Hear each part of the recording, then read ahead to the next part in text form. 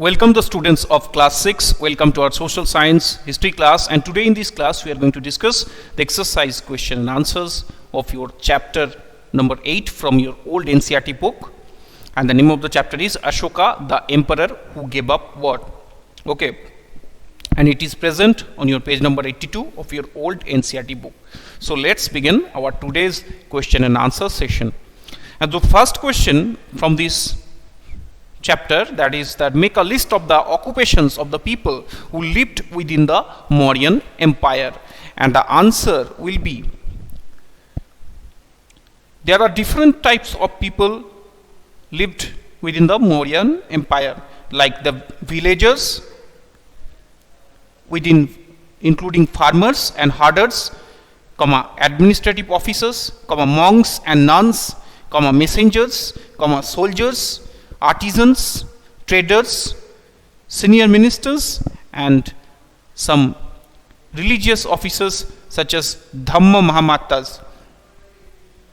Okay, so that's all from the first question.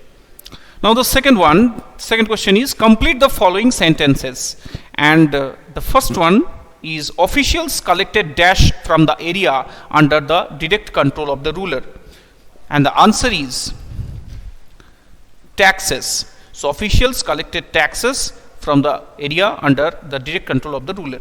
Next one, number B, the royal princes often went to the provinces as dash, and the correct answer is governor. Okay, so now number C question, that the Mauryan rulers tried to control dash and dash which were important for transport, and the answer is the Mauryan rulers tried to control the roads and rivers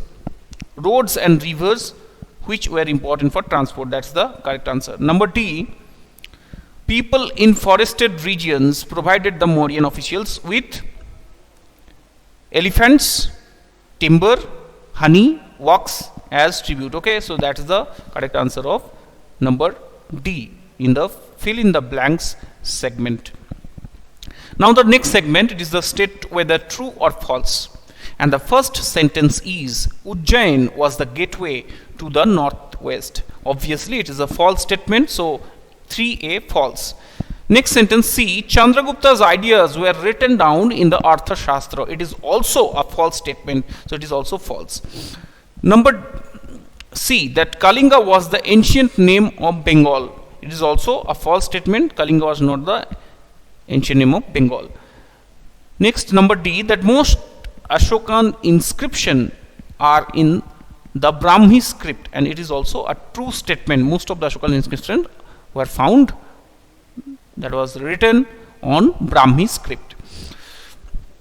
Now question number 4, and question number 4 is what were the problems that Ashoka wanted to solve by introducing dharma, and the answer is there were a number of problems that troubled him and he wanted to solve by introducing dhamma.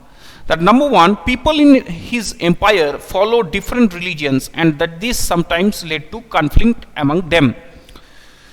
Number B, that animals were sacrificed in the name of ritual in his kingdom or empire. Number 3, slaves and servants were ill-treated. This is another problem. And number 4, there were quarrels. There were quarrels in families and amongst neighbors. So Ashoka felt it was his duty to solve these problems. So the next question, question number 5, that what were the means adopted by Ashoka to spread the message of Dhamma? That Ashoka took many initiatives to spread the message of Dhamma, such as number 1, he appointed some officials known as Dhamma Mahapatta who went from place to place teaching people about Dhamma. Number 2, Ashoka got his messages inscribed on rocks and pillars and instructing his officials to read this message to those who could not read it for themselves.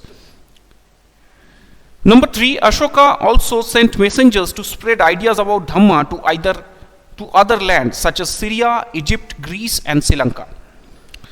Number 4, he built roads, dug wells, and built rest houses. Number 5, he arranged for medical treatment for both human beings and animals. Okay, students, so this is the answer of question number 5. Now, question number 6, that why do you think slaves and servants were ill-treated? Do you think the orders of the emperor would have improved their condition? Give reasons for your answer. The answer is the slaves were mostly prisoners of war and servants did unskilled and low-grade jobs. They had to do anything their masters ordered. They were treated like animals. All these facts are enough to say that slaves and servants were ill-treated by their masters. Now, next paragraph, the second answer of the question, that yes, after the emperor's order to follow dhamma, the condition of the slaves and servants would have improved in the following manner.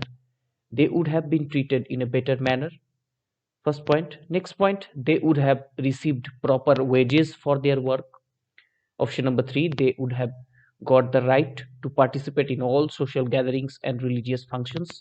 And point number 4, those who mistreated the slaves or servants would have been punished by the emperor. Okay, that's all from question number 6. Okay, students, so I hope you have understood the answer of question number 6. So that's all from today's question answer session. So see you in the next class with a new chapter. It is chapter number 10.